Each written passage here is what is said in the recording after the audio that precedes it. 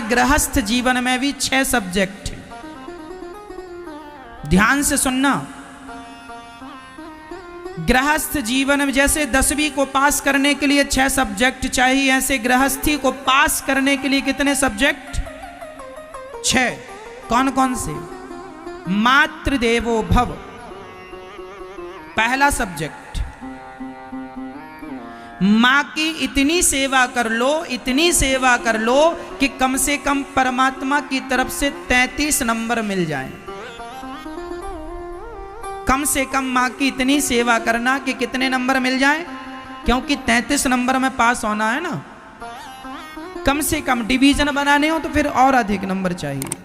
कितनी? मां की इतनी सेवा करना सब लोग। और ये केवल पति की जिम्मेदारी नहीं है, गृहस्थ में दोनों होती हैं, पति पत्नी से गृहस्थी होती है।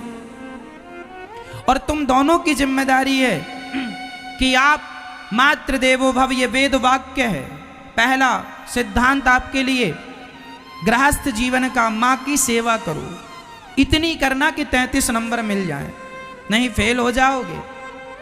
दूसरा सब्जेक्ट पितृदेवो भव, पिता केवल मां की नहीं, पिता भगवान है, पिता की इतनी सेवा करना। तुम्हारा पिता खटिया पे बिस्तर पे मलमूत्र कर रहा हो तो ये नहीं कि नाक पकड़ के भागने लग जाओ, अरे पिताजी तो बिस्तर पे ही मलमूत्र करते हैं, कौन करेगा, मरते रहो ना। गृहस्थी हो, सेवा करना तुम्हारा धर्म है। बिना नाक दबाए, जैसे तुम्हारा मलमूत्र धोया था तुम्हारे माँ बाप ने छोटे में, अब यदि उन पर आन पड़ी है तो उनकी सेवा करना हम गृहस्थों का धर्म नहीं है क्या? क्या हमें इस धर्म से भाग जाना चाहिए मैदान छोड़ के कि मुसीबत आ गई तो भागो, अब क्या करेंगे? ना, पितृदेवो भव, पिता की सेवा करो। मातृदेवो भव, पितृदेवो भव, आचार्य देवो भव। गृहस्थ जीवन में आचार्य मतलब गुरु। आपको मां को भी खुश करना है, पिता को भी खुश करना है और गुरु जी की सेवा करके गुरु जी को भी खुश करना है। इतना कर लो कि 33 नंबर मिले। गुरुजनों की सेवा करो। चौथा विषय अतिथि देवो भव। क्या? जब आपके घर में आपकी बुआ आए तो बुआ के पांव धो, बुआ को खिलाओ पिलाओ, और जब बुआ जाने लगे तो बढ़िया सी साड़ी देके 100, 200, 500 अपनी हैसियत के अनुसार विदा करो। अतिथि देवो भव। ये 4 सब्जेक्ट हो गए।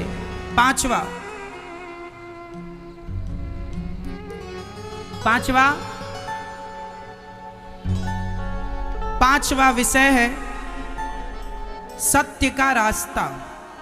जीवन में सत्य का मार्ग इतना अपना लेना कि कम से कम 33 नंबर मिल जाएं। कितने विषय हो गए?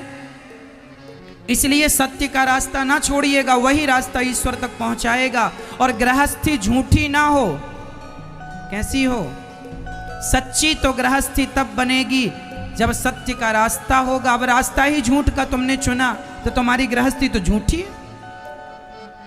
और छठवा निष्कपटता। छठवी क्या? निष्कपटता। ना निंदा, ना चुगली, ना बैर, ना द्वेष, ना ईर्ष्या। हमारे पड़ोसी से हमें कोई ईर्ष्या नहीं होनी चाहिए, जबकि गृहस्थों में यह बात सामान्य रूप से देखने को मिलती है। लोग पड़ोसियों को देख देख के बड़ा जलते हैं। अरे बड़ा तरक्की कर गया, अरे रिश्तेदार बड़े तरक्की कर गए, हम ही बैठे हैं। तो वो मेहनत कर रहे हैं तो तरक्की कर गए, तुम घर में खटिया तोड़ रहे हो, कैसे तरक्की करोगे? मेहनत करो, काम करो, पैसा ज्यादा कमाओ, मेहनत ज्यादा करो, अच्छी सोच रखो, आप भी बढ़ो, कौन रोक रहा है? हमारा पड़ोसी 10 लाख रुपए महीना कमाता है तो तुम्हें भी किसने रोका है? तुम भी कमाओ। तुम जल रहे हो, अरे 10 लाख रुपए कमा रहा, तो तुम्हारे जलने से क्या होगा? उसके 10 लाख कम हो जाएंगे। जलो मत, आगे निकलो, बराबरी करो। कपट रहित गृहस्थी। गृहस्थी ये नहीं कि अब तुम दोनों जल रहे हो ये फलाने के, ना, सब कुछ ना झंझट पालो।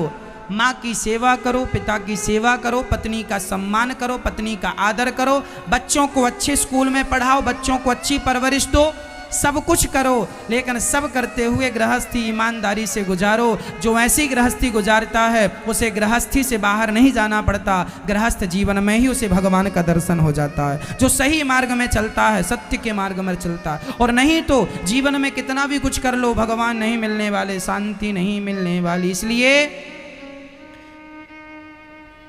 पास होने के लिए कम से कम 33 नंबर, जीवन में इतना पुण्य कर लो कि उन पुण्यों के बल पर आपका मोक्ष हो जाए, मुक्ति मिल जाए।